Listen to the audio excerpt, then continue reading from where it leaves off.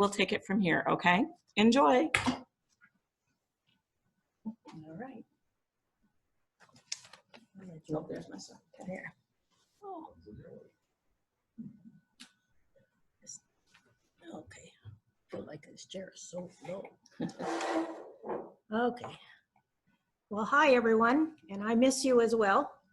Also, we did invite some of my family members, so if they hear that my mother's story is different than theirs, they have never told me. So this is what I remember my mother telling us. So 100 years in America, the Engeltjes family emigrated from Elburg, Gelderland, the Netherlands, to the United States in 1920. Immigration, that's such a familiar word today, isn't it? But what was it like to immigrate to America in 1920? This is the immigration story, my maternal grandparents and their 6 children. 100 years ago, this November 25, my mother, her parents, her 2 sisters, and 3 brothers arrived at Ellis Island to begin life in America. The day they arrived at Ellis Island was my mother's 7th birthday. And this is her passport picture, Gertie Engeltjes, 7 years old. And this was her 90th birthday picture. We're fortunate that this little 7-year-old was a very observant child. When she visited Ellis Island 75 years later and 79 years later, she recalled so many details of that journey. This is the very first, or the other one you saw was the very first picture we have of our mother. It's the passport photo. Mom is on the left with her, well, wait a minute. Oh, you see, I even have this wrong already. Well, anyway, this is the book of memories. Our mother not only told us stories of these days, but she also compiled many stories of her family's experiences and about immigrating from the Netherlands to America. Some other sources were, of course, oral stories and the interview of Mom when she visited Ellis Island in 1997. So this is the book that she gave to all 3 of us children with the stories of her life. And the last entry was done in 1996. However, she died in 2013. So we're going to start with my ancestors because I am 100% Dutch. This is my great grandpa and grandma, Vander Ploeg. I don't know if they're related to Vander Ploegs here. We have not checked that out. It's Tasha and Takja Valk Vander Ploeg. They immigrated to the United States with 2 small children in May of 1881. That's 139 years ago. So why did they decide to come to America? In our Vander Ploeg family book, this was their reason for immigrating. It says, his first business was as a clothing salesman with his wife Takja tending a small store. Business was not prosperous and Tasha was thinking of going to America. His parents, my great-great-grandparents, also had their heads and hearts turned to the land of milk and honey. Great-grandpa Vander Ploeg finally gave up and said, America is all that's left. They don't buy clothes anymore. Great-grandma's father sobbingly said, let us keep little Sini, who is just 2 years old. She'll never survive that land of murderers and Guadivan. Anyway, that translates as pickpockets. I guess our reputation wasn't so great. March 22, 1881, their second child, Nicholas, was born. And on May 14, that same year, they left for America. It was a slow and difficult journey with no modern conveniences and with many hardships. The 2 children were almost always sick and the thought of losing them was hard to bear.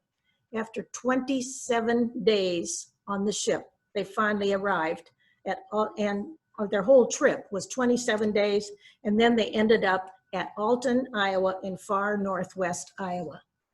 Well, little Nicholas, being very frail, took sick and died June 8. He was buried in Alton, Iowa in 1881. He was little more than 2 months old. I can't imagine how difficult that time must have been.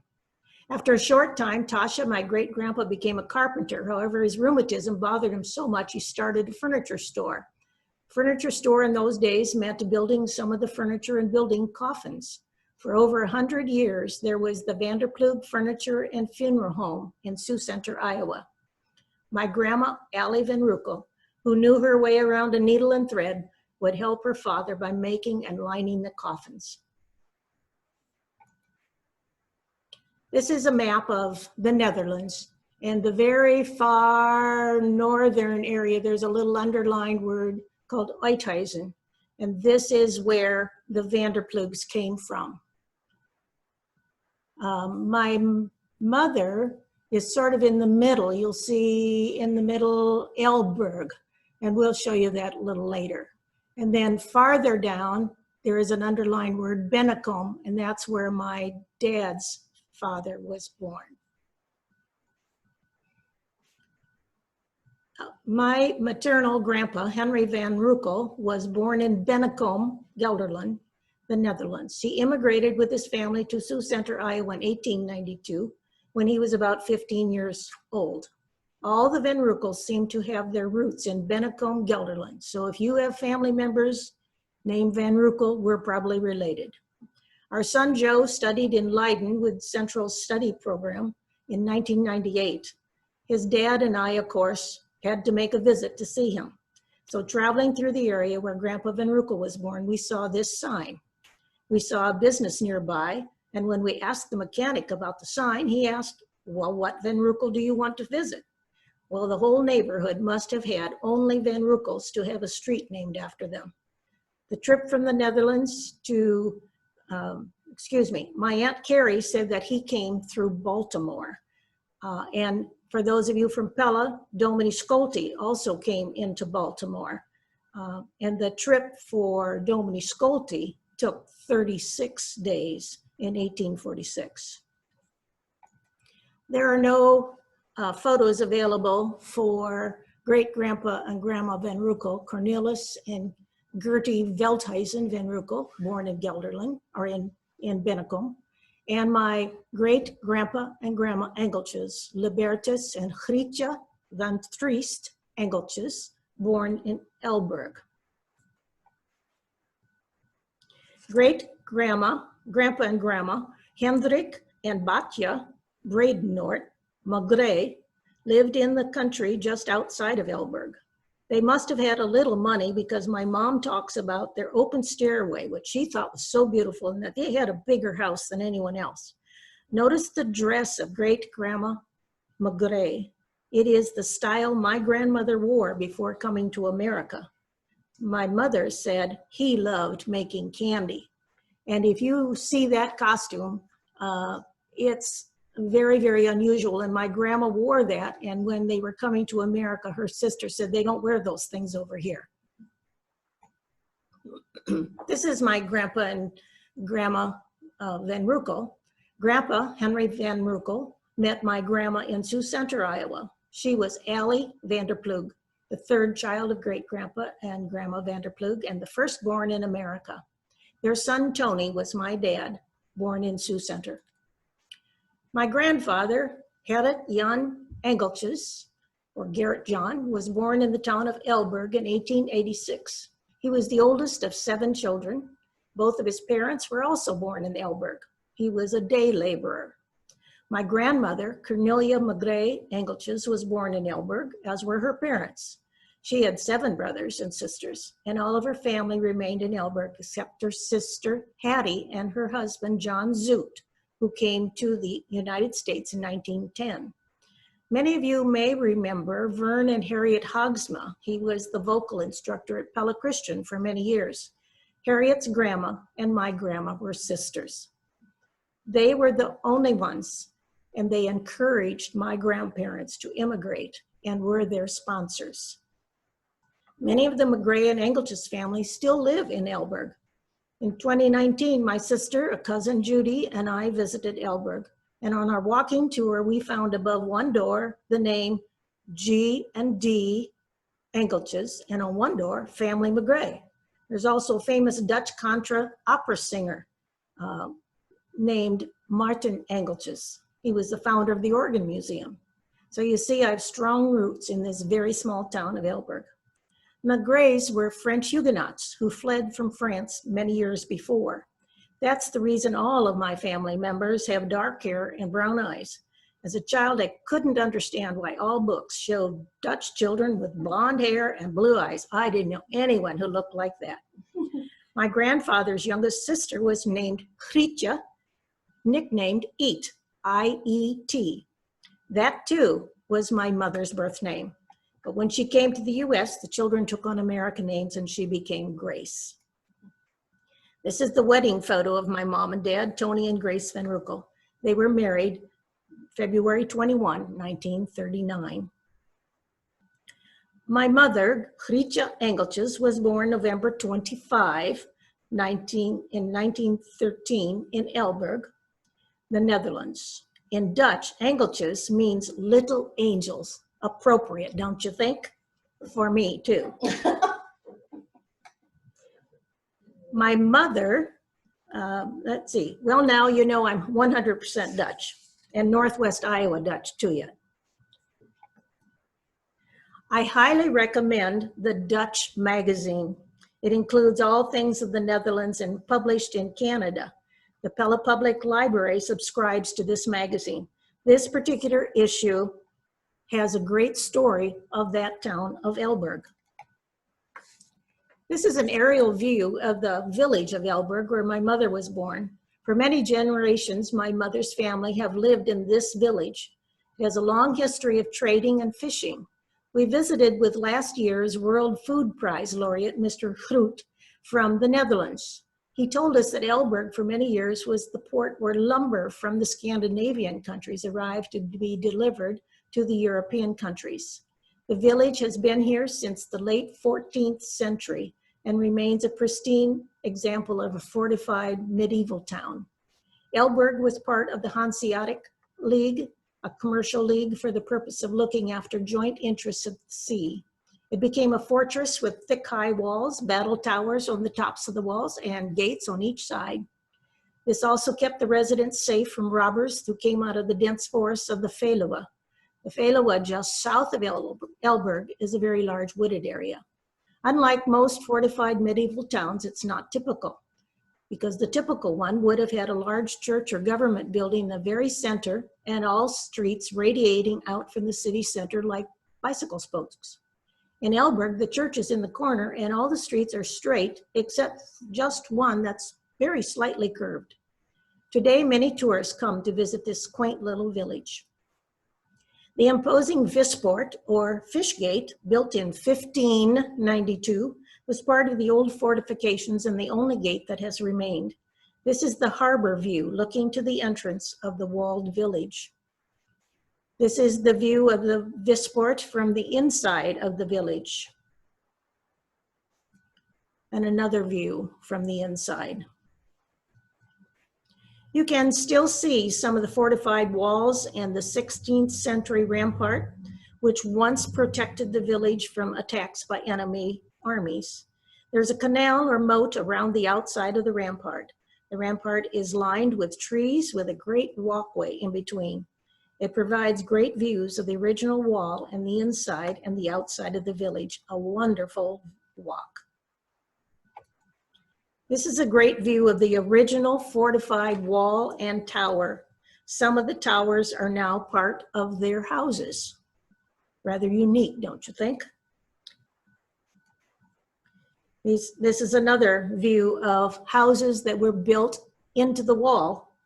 And originally these homes were for the poorest of Elburg's residents. Now it's kind of a status symbol to be able to live there. This is the harbor leading out to the IJsselmeer. We saw quite a few private boats of all sizes come into the harbor last year. On the sidewalk along the harbor is one of the old stocks used for the criminal, probably known Magrés or Engeltjes, however. These are the kind of fishing boats called boaters, B-O-T-T-E-R-S. Our cousin's family used these boats. It's now a boat museum. Our cousin Wickard Broekhuizen also took us to the building where the fish were sold. He's now the tour guide there. These are some of the boats with the authentic eel nets on them. And this is a miniature eel net. Oom Hein Janssen was an eel fisherman. And when he retired, he made these miniature for the tourist trade. So if you want to see one, come to my house, I'll show you.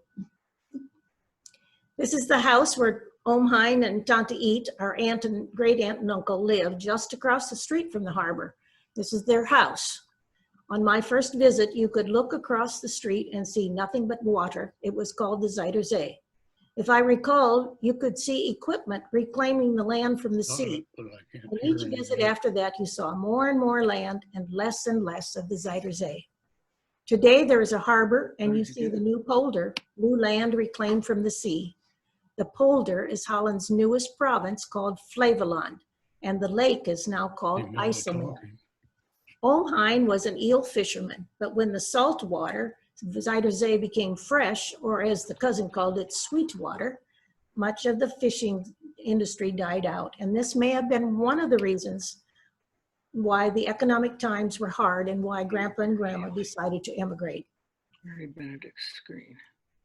Tante Eet and Oom Hein Janssen, aunt and uncle, were still living when Mom, Linda, and I visited them back in 1972. Tante Eet was my grandpa's sister. Their daughter is also called Microphone. or we call her Eet. We were again able to visit with Mom's first cousin Eet in her apartment in Apeldoorn this past year. She was our tour guide on our other visits to Elburg, and she had visited us in the United States. We had a wonderful coffee time in Eet's apartment, and when I told her, you'd be happy to know that in Pella, Iowa, we sing Lang zal ze leven for our special birthdays, and she replied, oh, we sing happy birthday to you. The gal, I'm sorry. I'm going to interrupt for 1 second. I'm on my phone and I can't do this, but Bob and Jackie Vanderlinden, can you guys mute yourselves? So take your cursor down to the bottom of your computer, and to the left you'll see a microphone. And if you can mute yourself, that'd be great.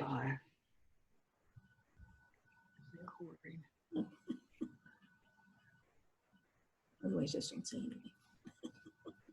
Can you find the microphone? There's Mary Benedict. It could be at the top too. Yeah. What does that say? YouTube. Stop video. If you can't find it, if you could just, sit quietly, because everybody can hear you when you talk and stuff, so that'd be good.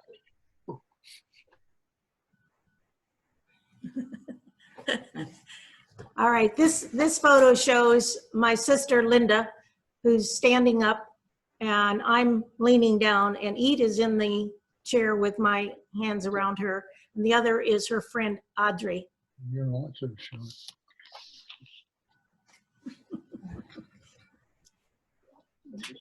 Alice not talking now. How'd you get that other one talking? Participants. Meet. There we go. All right, let me close this. Okay. Now I have to figure out where I am. Sorry. That's okay. Not a problem. So this is the Broekhuizen family. Before we left on our trip to Elburg in 2019, we were able to make contact with another Engeltjes relative. This is Wickard and Lydia Broekhuizen and their son Jeroen and wife Sabina and their children Sim and Ellen. Wickard's grandparents had immigrated to America, but they did not enjoy living here, so they went back to Elburg. Wickard's father was born in Orange City, Iowa. This was our first meeting of these cousins. Jeroen, by searching the internet, found our cousin Bill Engeltjes and had made a trip to Orange City, Iowa to find the birthplace of his grandfather.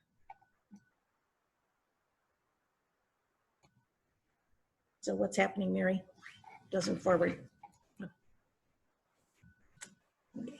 So this is the house where my mother lived before she came to America.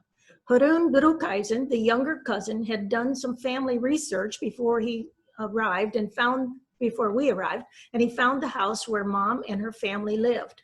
They lived here with 6 children. Mom always told us she lived in a barn house. She said you first walked into the barn with a red brick floor, and there was a small hayloft. And then on one side of the barn, their cows were milked. When you walked into the living quarters, you left your wooden shoes at the door, of course, before you walked into the living area. The beds were in the wall like cupboards with curtains in front. I think one of these beds can be seen in the Vermeer windmill. The lower floor is now a garage and is now merged with the house next door. So was this garage the barn many years ago?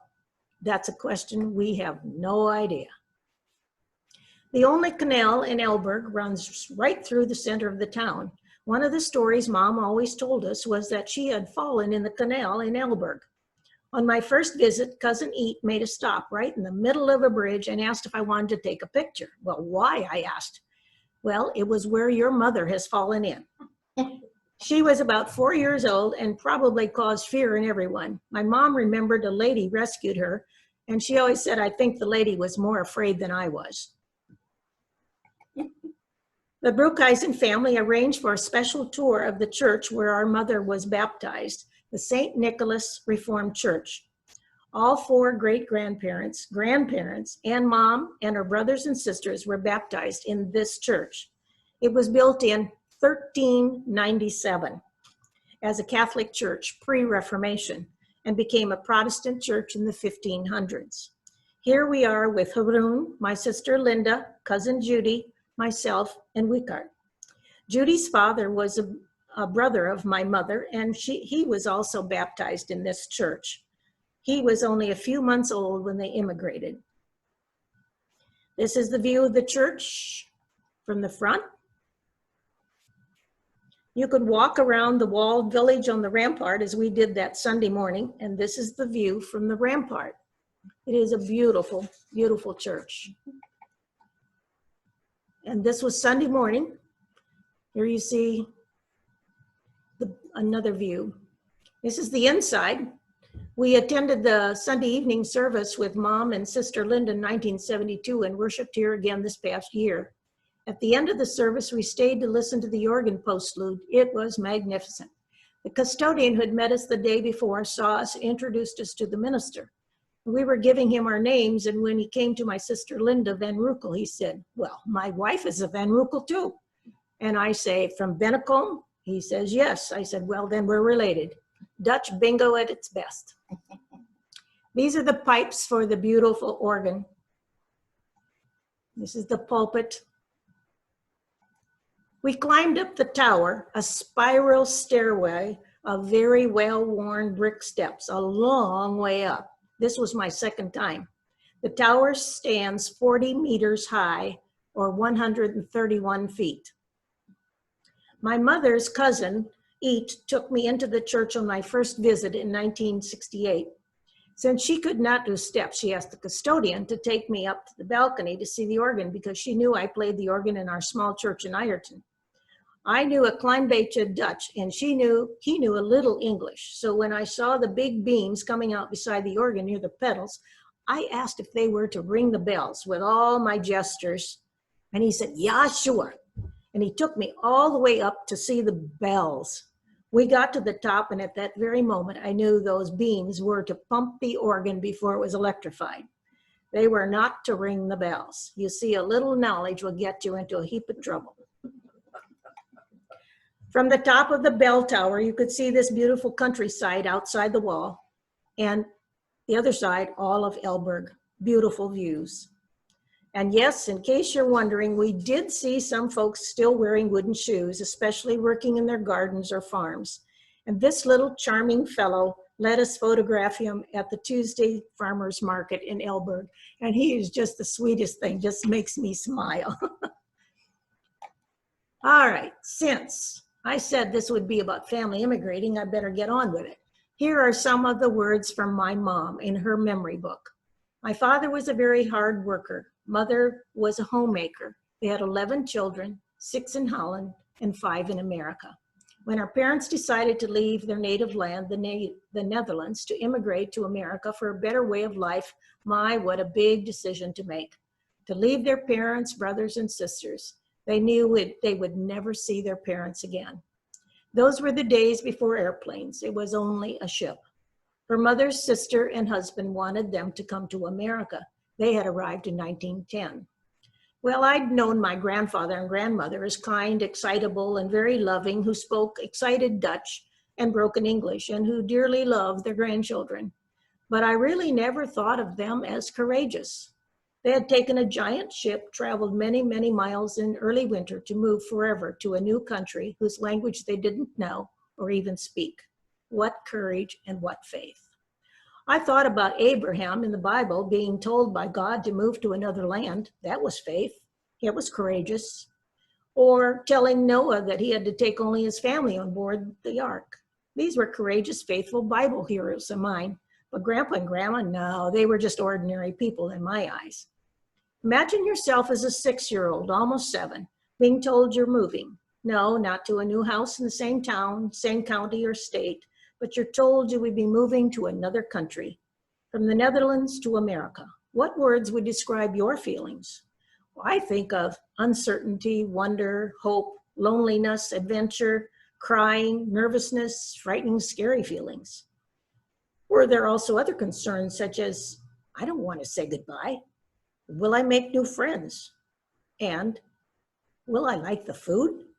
Mom writes, so my parents decided to take that big step and leave their loved ones. I can remember Grandpa Magré saying, children, children, think it over. It was like a live funeral, for they would never see them again, and they never did. This is the passport picture of Grandpa with the 6 children. Louis, the tallest boy, is 11. Bertha, on his right, was 9.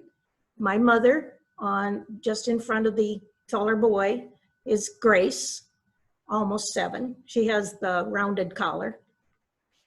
There's Hattie, and then who was 4. Bernie, who was 2.5, and Henry, just 4 months old. This is a page from Grandpa's passport. And you'll notice this is my grandma's passport, and she's all alone, wearing her long dress. Well, come on, I need another page here. Mom writes, so with lots of tears, with God's blessing, and some goodbye gifts, we left for America. They traveled to Amsterdam by carriage, then by train to Rotterdam, then boarded the SS Rheindamm, and Uncle John Zoot sponsored them. The trip cost $820 for the 2 adults and 6 children. They traveled second class on the ship Rheindamm. All of the family's worldly goods were packed into a wicker carrying case and a large wooden trunk with rope handles, and each of the girls had a doll. Mom didn't remember what the boys had. They were on the boat for 14 days and arrived at Ellis Island on November 25, 1920. That was my mother's 7th birthday. Do you suppose they might have asked, are we there yet? How much farther? Surely someone must have felt seasick. I'm guessing they sang a lot of Dutch psalms and played games. They probably played dominoes, but not cards with faces on them, since Grandma Engeltjes thought those were devil cards. Mom remembered many details of the ocean crossing, how they slept in berths or separate compartments with a round porthole in the room and eating at a tall, long table that had indentations for their plates. One time during a fierce storm, the plates flew off the table. This is the passenger list of my mom and her family. Grandpa was 34, Grandma 32, Libertus, who became Louis, was 11, Batya became Bertha, she was 9, Grietje, Grace was 7, that's Mom, Hendrika was Hattie, she was 4, Albertus, Bernie, was 2, and Hendrik, or Henry, was 4 months old. On this, you would have your name, how old you were, whether you were married or single, your height, your complexion, color of your hair, What was your occupation? Were you able to read and write? And I think some of the interesting questions were, do you have a ticket to find your destination? Did you pay for your passage alone? And it was no. His brother-in-law, John Zoot, paid for that. Whether in possession of $50 or less, how much did they have? They had $300 plus the tickets for the train ride. Have you ever been in the United States before? What's the condition of your health, mental and physical? Are you deformed or crippled? If so, by what cause? Have you ever been in prison, in a poorhouse, or supported by charity? Are you a polygamist, under contract, expressed or implied to perform labor in the U.S.? This ship's manifest also says they were to go directly to the Holland Immigrant Bureau. And this is the actual facsimile of that manifest. In the late 1980s, my sister and I took our parents to visit Washington, D.C. and the newly renovated Statue of Liberty.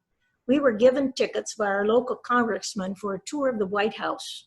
When in Representative Lightfoot's Washington, D.C. office, the receptionist asked what brought us to Washington. And I mentioned we especially wanted to go to the statue because our mother remembered seeing it when she arrived in 1920. Oh, she said, you must make a visit to the National Archives and look up the ship's passenger list.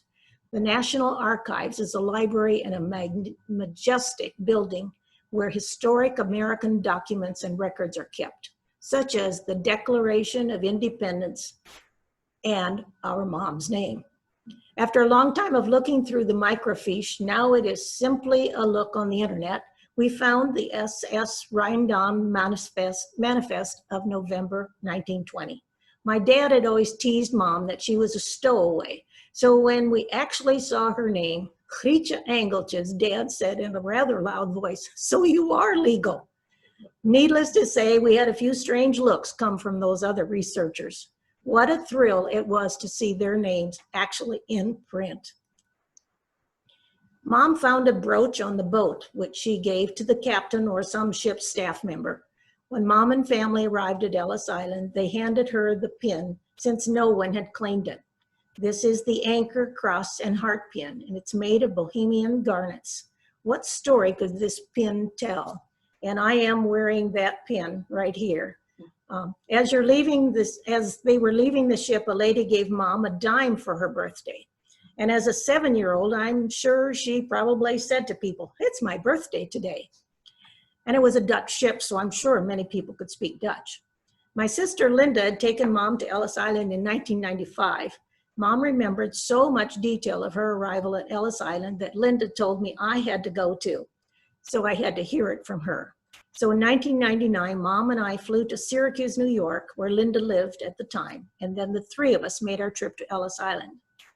When we arrived at the train station in Albany, we told Mom to just leave her very heavy purse in the trunk of Linda's car. Well, we could tell that was not going to happen, so we let her carry it. We worried that a pickpocket would grab her purse. After all, didn't great-great-grandpa Vander Ploeg say America was filled with pickpockets? So we get on the ferry that would take us to the island. On the ferry was a class of 3rd or 4th graders, I don't remember which, on a field trip to see Ellis Island. My mother gets up from her seat, walks over to these children, and my sis and I are wondering, what in the world is she doing? And she begins handing out a dime to each child, saying, 79 years ago, a lady gave me a dime when I arrived at Ellis Island, and here is one for you. Her purse was full of dimes. Needless to say, the teacher had to have more information from her as well as a photo with the class. One of the assigned questions was to find a name of an immigrant and to write down when they had arrived, from what country, and all of those things. Now they were able to visit with a real live immigrant. Needless to say, we were so proud of our mother. The very first sight of their new homeland was memorable. When the United States came into sight, everyone crowded the rails. Grandma gathered the children and said, children, see, the Statue of Liberty, that means freedom. The statue was called a haven of hope, and by some, the island of tears. Some families were turned back on account of some sickness or other reasons.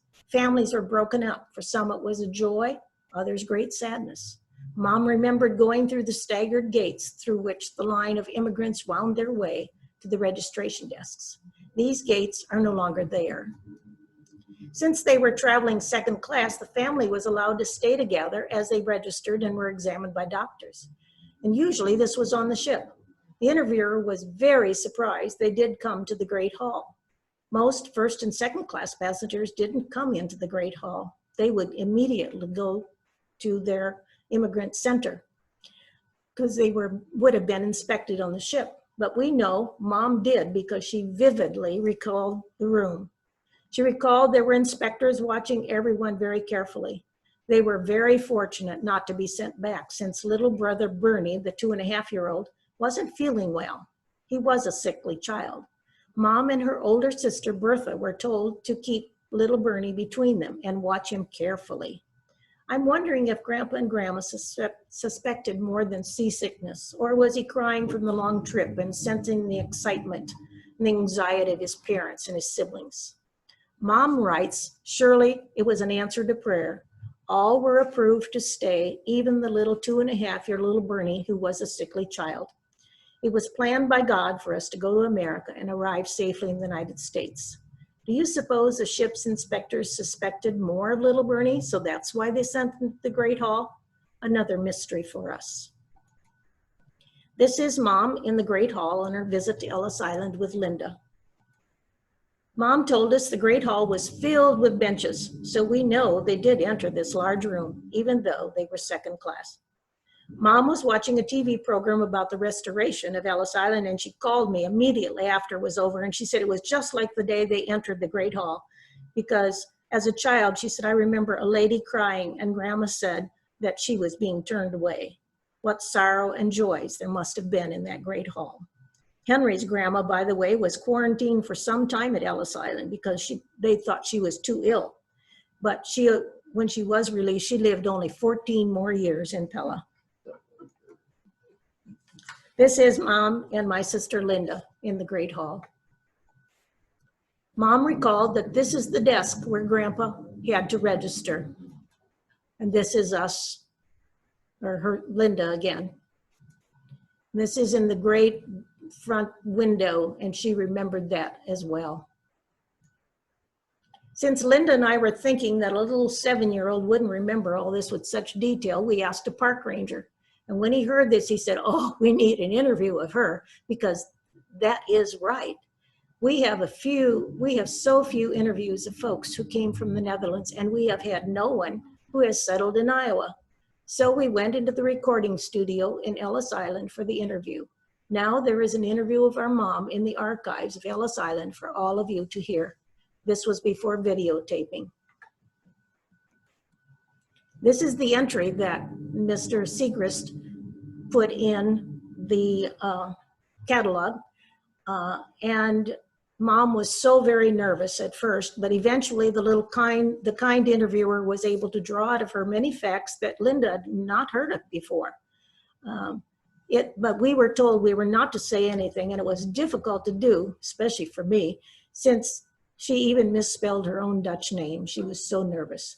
The entry says, quotable information, what the family took to America, extended information, and so forth, and about being hired out to work for other people's farms in Iowa and so forth.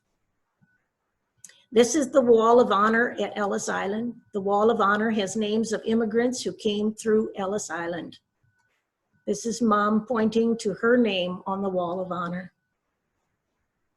Another one. We were given these formal pieces of paper so we could do a pencil rubbing of her name.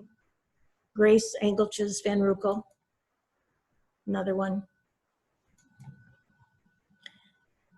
From Ellis Island, the family went to the Grand Central Station. Mom also had a vivid memory of being in Grand Central Station. This is an old photo of what it probably looked like when she came through there. And this is the restored Grand Central Station. From Grand Central Station to New York, they took the train for a 3-day trip to Hull, Iowa, in far northwest Iowa.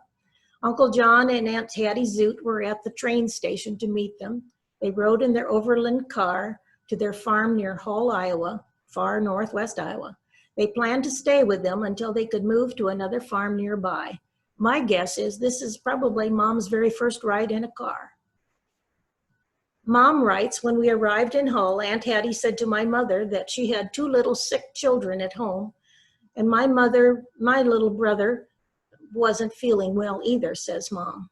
And inside of 3 days, her little brother Bernie passed away, and also Joe and Andrew, sons of Uncle John and Aunt Hattie. Joe and Andrew had scarlet fever. They were 4 and 6 years old, and my brother Bernie, 2.5 years old, died of diphtheria. How sad everyone was. There were 3 little white coffins, she says, sitting in the dining room window. We watched them leave the farm place with the undertaker. No one could go along to the graveyard. Only a neighbor went along. Mom said this porch was sort of screened in the way it seems, and on the far left was probably where those little coffins were. She was too little to understand the heartache her parents had and to lose those children. Our parents were just in America, she says, and they were quarantined for 13 weeks. Uncle John and Aunt Hattie's daughter was also sick with scarlet fever. She had a special nurse to care for her. There was a special room where only the nurse and doctor could go in, and she did recover. Mom writes, what a lot of sadness for my parents and Uncle John and Aunt Hattie. What a patience they must have had for all of us. 5 of us and my parents and Aunt Hattie and Uncle John and their 6 children, 15 in all in that house for 13 weeks. Probably we can relate a little with this virus right now. Quarantined for 13 weeks in one house. It must have been frustrating for them to live together that long. Without any modern conveniences, everything done the hard way, hauling water for wash, cooking, getting wood, cobs for the stove, no electricity, milking cows by hand. Think of all the washing for 15 people. They had a wash house north of the house, and I guess my mother and aunt did the laundry. The kitchen was large with a cook stove, heated with wooden cobs. We baked bread daily, made all the meals on the cook stove. We always had plenty of food. They had their own meat, eggs, milk, potatoes, vegetables, which helped. We slept 3 in a bed, 4 beds in one room for the girls, and 3 beds in the room for the boys. After the quarantine was over, they moved to the farm Uncle John had for them, and they rented it for $5 an acre. There, Louis, Bertha, and my mother received their first schooling in America. They walked 1 3/4 miles to the country school every day, probably up the hill every time. The teacher was very kind to them.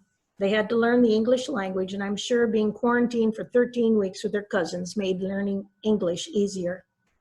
Mom recalls Grandma being very homesick. After all, she was in a strange land, leaving her dear family back in the Netherlands, and the loss of her young child, Bernie.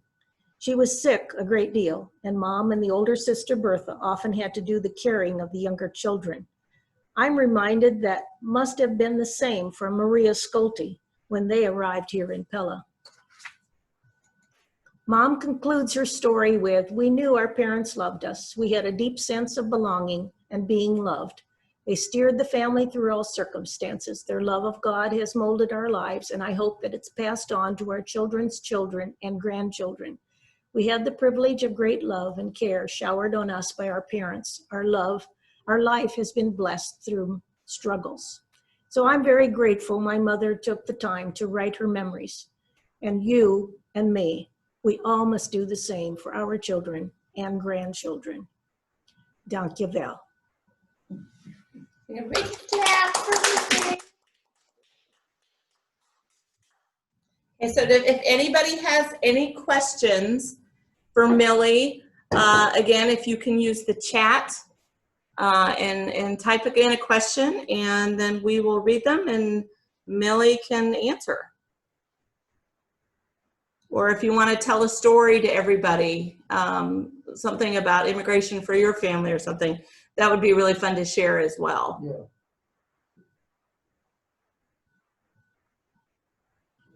Don't ask the hard questions.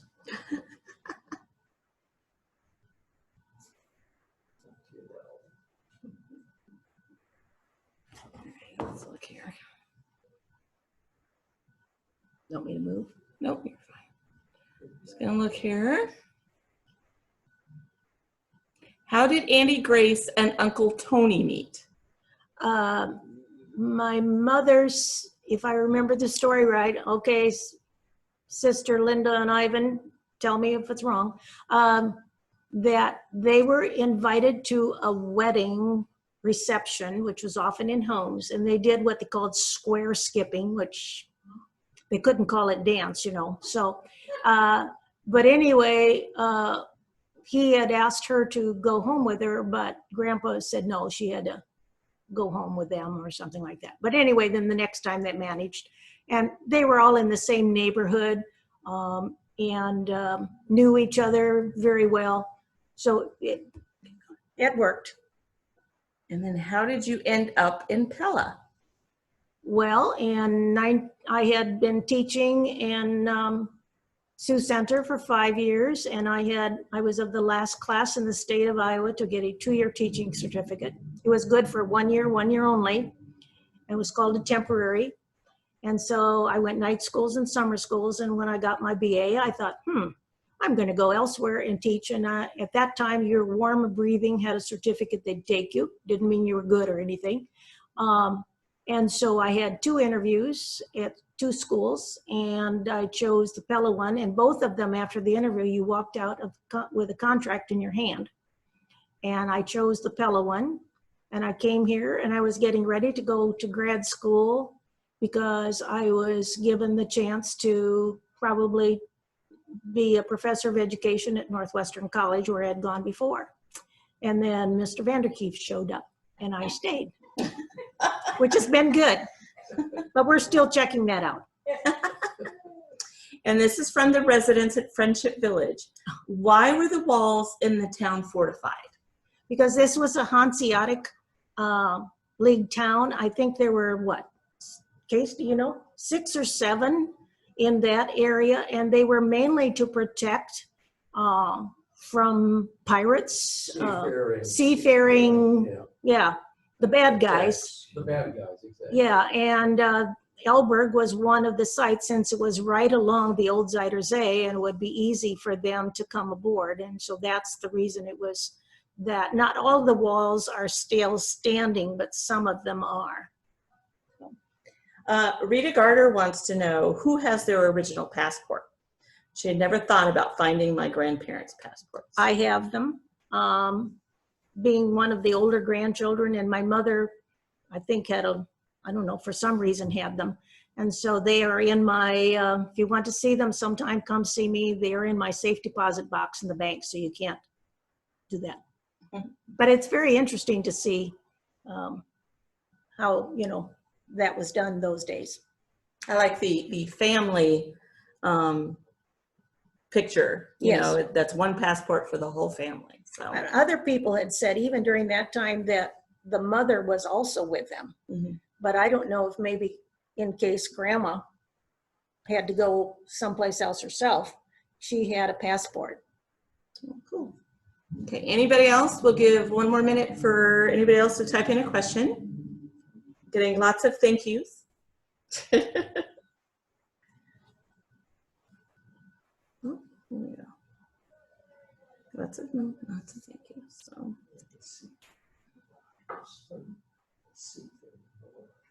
That's right. Well, there might be some seafaring marauders on Lake Red Rock.